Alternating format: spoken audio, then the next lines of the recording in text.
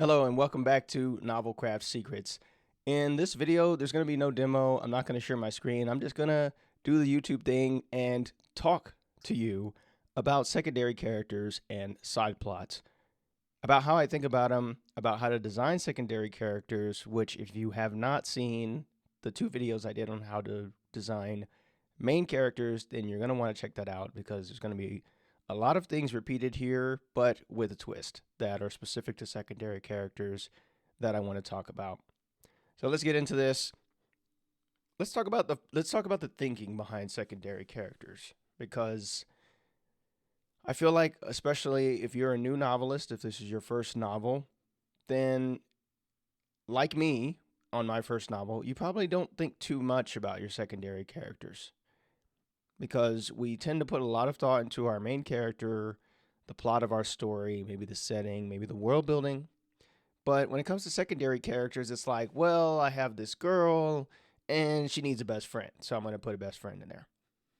Well, I've got this hero type character.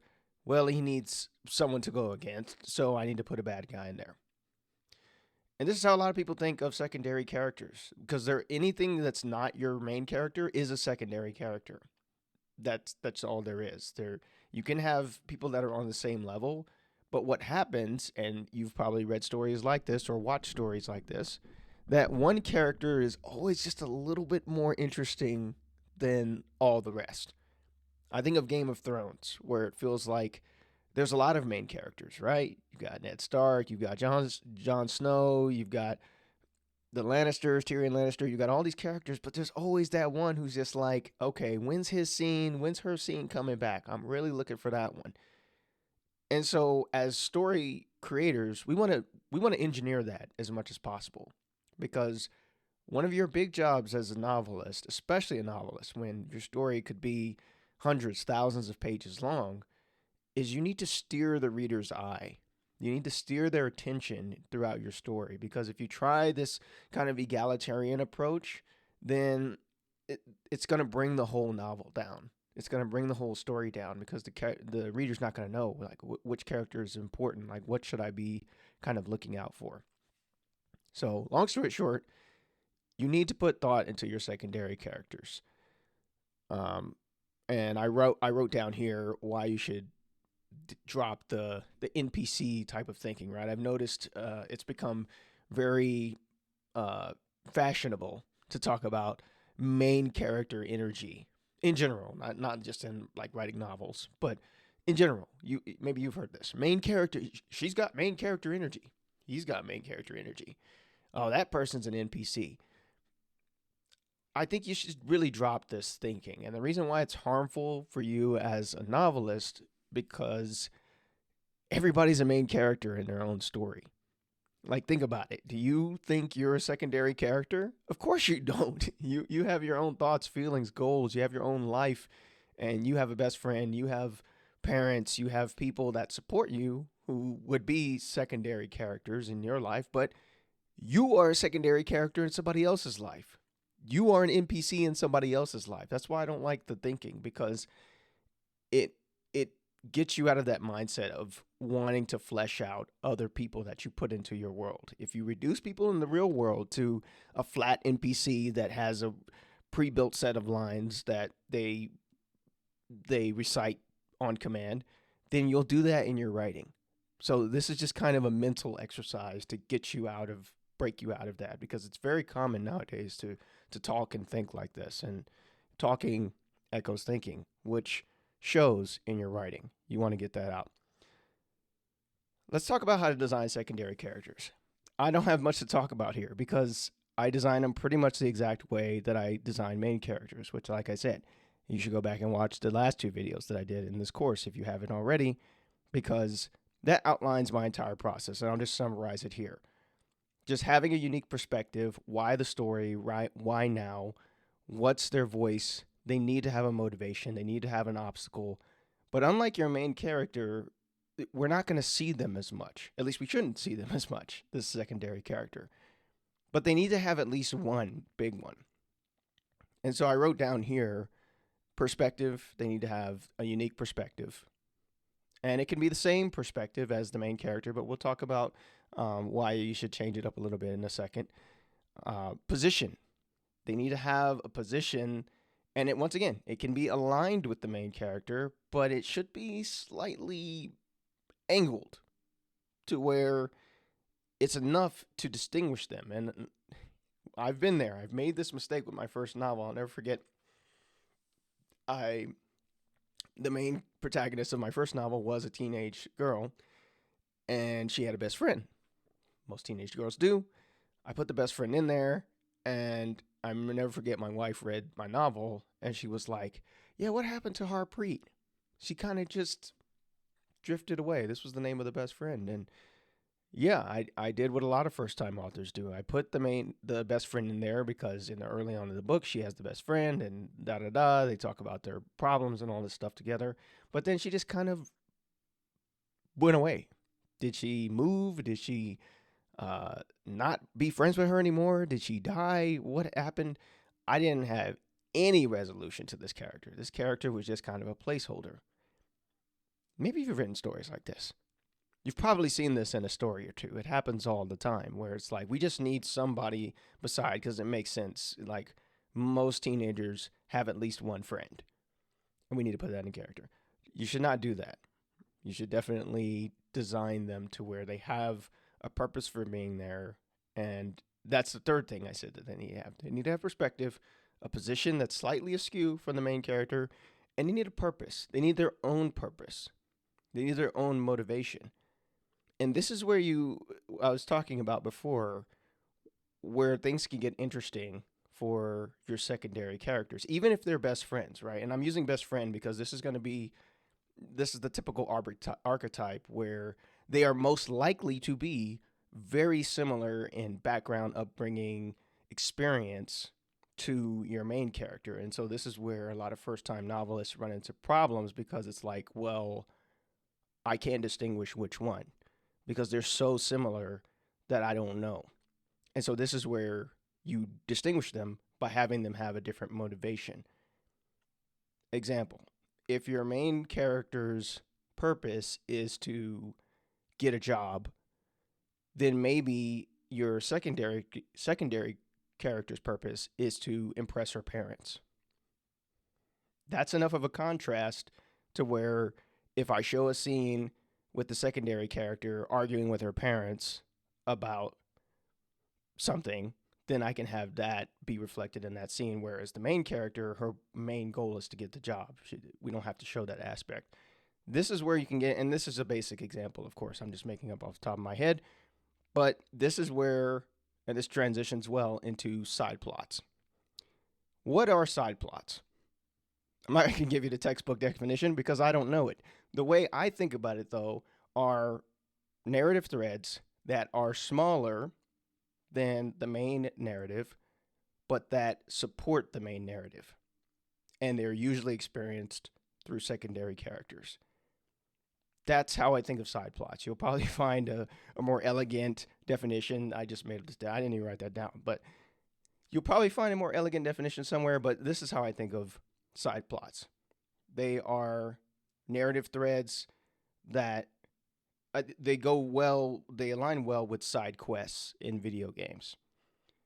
If the main goal is to rescue the princess, then a side plot might be going to find the magical sword that can slay the enemy, right? That's a side plot. It's not directly the same thing, but it's going to help the hero save the princess. That's a good side plot. Your secondary characters, this is probably the most important part of this video. Your secondary characters and side plots should be aligned. You should not write side plots independent of secondary characters. I'm going to say that again because it's pretty important. You should not write side plots independent of secondary characters.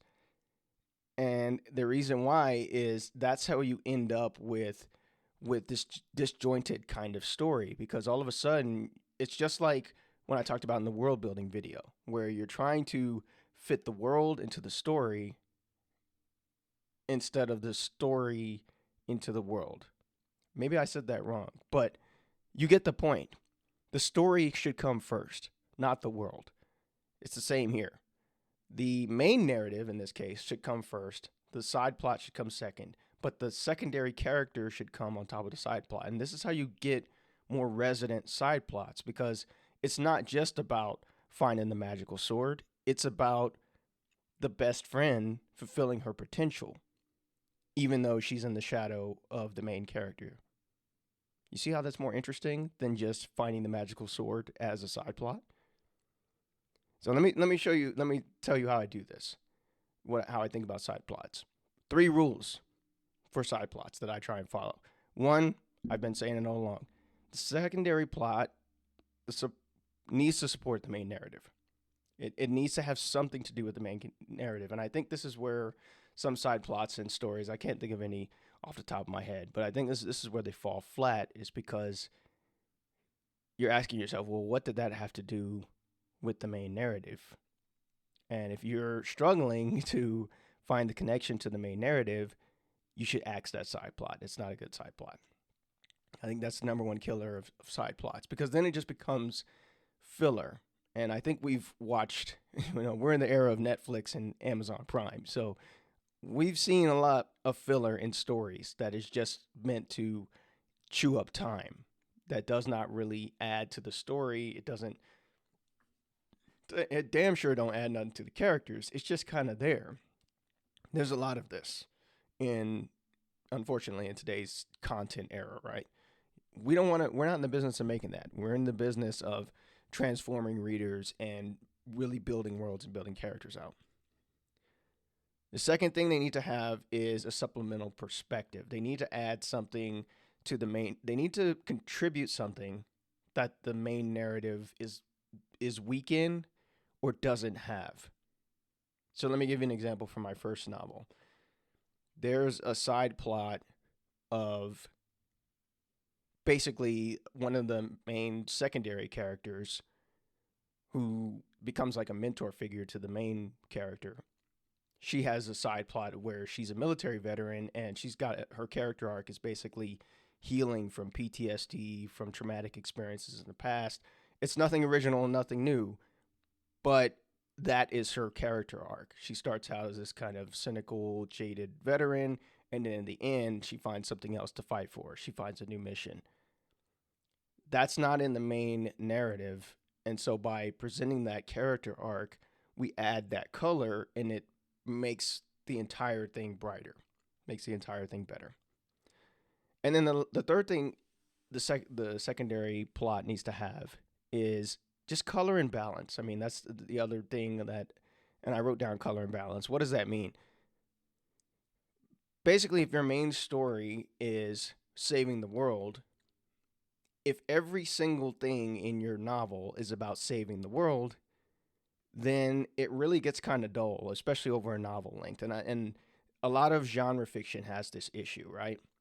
At least to me, it does. Maybe some people like this, but I don't really like this, to where if the story's a detective story and it's about like a crime or something like that, every single scene is about solving the crime, which is fine, but there's no deviation in the perspective. We jump from Detective A to Detective B to the bad guy, A, B, bad guy, A, B, and then maybe they switch those things up, but there's no variation in the story that makes it interesting.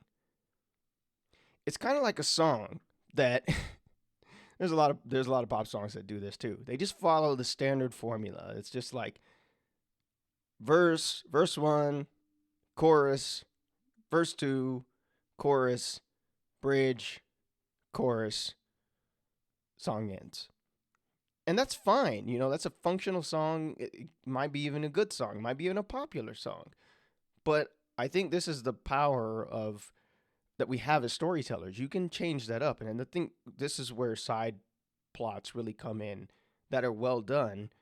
They're going to just insert a wedge into that formula and automatically wake the reader up and be like, oh shit, like what's going on here? And I love it when stories do this, especially in genre fiction where I'm really expecting that kind of pop music, let's just stick with that analogy, that pop music formula to where it's just going to go, paint by numbers basically. A, B, C, A, B, C, conflict, resolution, then the book ends.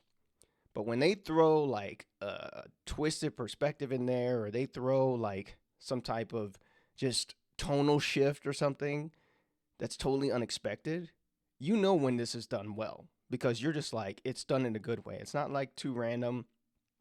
It feels deliberate and it feels thoughtful, and it just makes you pay attention again to the story. This is what you want to engineer, and you can do this really well with side plots. There's other ways you can do it too, but with side plots, this is a really strong place to do it. So let me get to the end of this video by talking about my side plot rules, right? And I realize I just said with those last three, that was my side plots rule. That was my secondary characters rule. It needs to be, they need to support the main narrative. They need to have a supplemental perspective, and then they need the color. They need to provide color and balance. Which, if you do this right, they're basically the same thing. They're going to align, and it's going to be best for your story. Here's some side plot rules, general guidelines. Don't overthink them. Really, just don't overthink. I think I used to do this with my novels, like, well, with my stories. I felt like I needed to have something. Like, what's the, I would really crunch on it. I remember I spending a lot of time thinking about this with my first and to an extent my second novel. But once I realized that they're basically, if you write a good secondary character and they have a good perspective, a good position, a good purpose, then the side plots are going to write themselves. Because if I'm treating that secondary character like a full character, like a full human being, not thinking about them as an NPC, then as the events of this novel unfold around your secondary or around your primary character, it's just going to hit them by association and by proximity.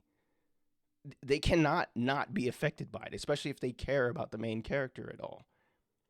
And so your job is to show how the events of the main story affect this main character or this secondary character. And if you do it well enough, you've basically written your own side plot.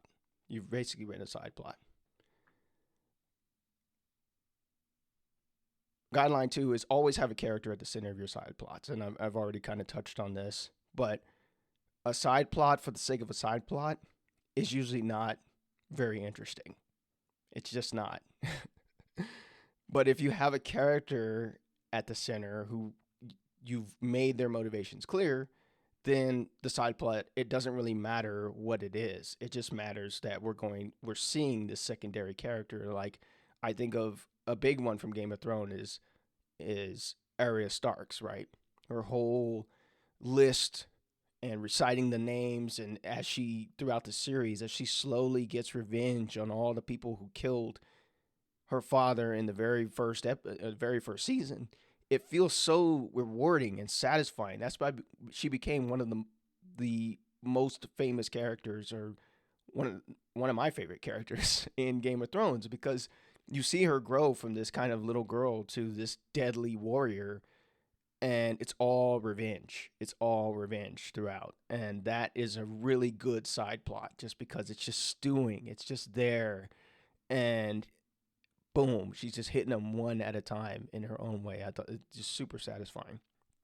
But once again, if she wasn't at the center of that, if it was just some random person who wanted to get revenge for Ned Stark's execution, then it doesn't have as much weight. But because it was his daughter, it was one of his youngest daughters, and yeah, it just really hit.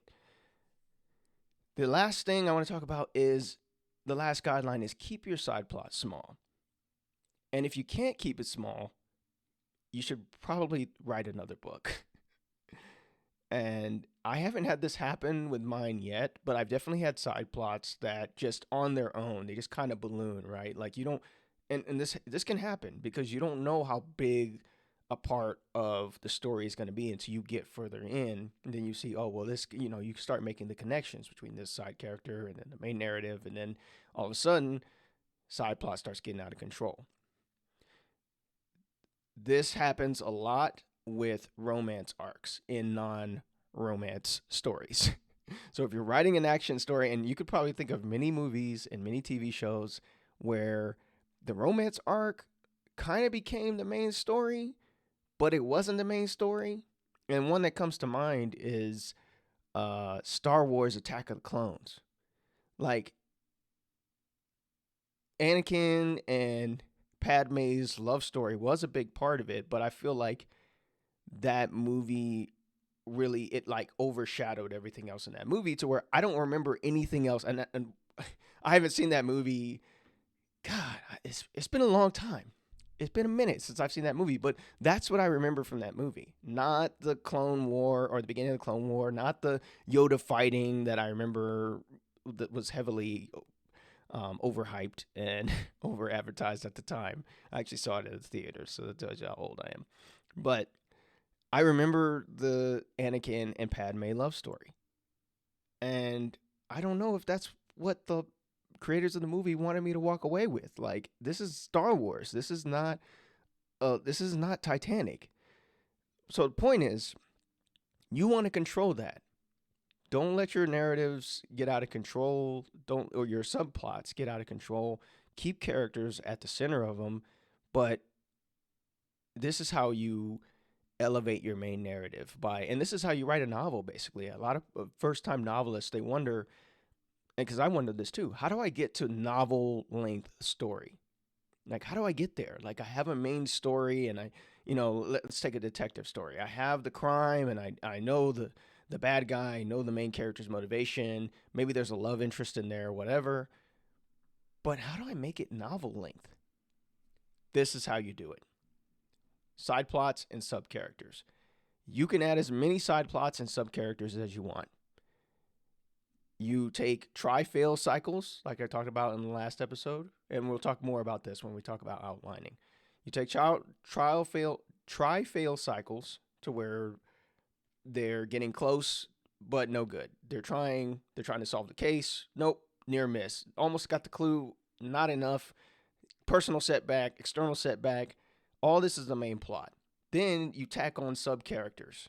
Now these sub characters naturally have some type of role to play, whether they are against the main character or on the main character's side, or maybe they're just there as comic relief or distractions, whatever there is. You just keep tacking these on. And the more you do that, and then presentation is a big part of this too, to get to novel length, like how you present on the page. Do you tend to write more maximalist to where you're doing a lot of description, a lot of world building, or do you tend to be more threadbare, more economical, shall we say, about your word choice? Well, then maybe you're moving closer to genre fiction, that type of thing. Whatever. Style dictates length in a lot of different ways. You keep tacking these together, all of a sudden, you're at 50, 60,000 words easy. And you can go longer too. As long as you're doing it well, readers will stick around if you are doing this well. I'm very much simplifying this process, of course, but that is how you get to novel length. Main narrative, secondary characters, side plots, which should be basically one and the same. And then the main characters, of course, they don't have to be involved in the side plots, but you have them cross, and then there's these natural meeting points where you can make those your sequence of climaxes, to where a secondary character and the main character are at odds or they disagree on something. Now that becomes a flashpoint to where you're building, and you see this like go to Game of Thrones. Like almost all the characters have a personal fight that they eventually have to confront that is built up, but they're almost all side characters. This is done well. That's it for my secondary character, side characters video. This went longer than I thought it would, but I hope this was helpful, because this is really a good download of how I've never written about this before or talked about this, but I feel like this is the part of novel writing that I was probably weakest in when I wrote my first novel. Like, I did not know how to do this, and I spent a lot of time like wondering if I did it right, and going back and trying to really connect things together and stitch it together. And I still don't know if I did a good job or not, but it is what it is. I want you to do a good job on your first novel, so you don't make the same mistakes that I did. You'll make different mistakes probably though. That's gonna do it for this video. I hope you enjoyed it. Next time, I haven't looked at my outline, but it might be time for outlining. I think we're about there to where you have the big picture. You know how to put characters together. You know how to get an idea and shape it into like the main vessel of your story. You know how to create secondary characters and side characters. Now we need to start fleshing out your idea and putting it together. And it's not as hard as you think. I'll show you in the next episode.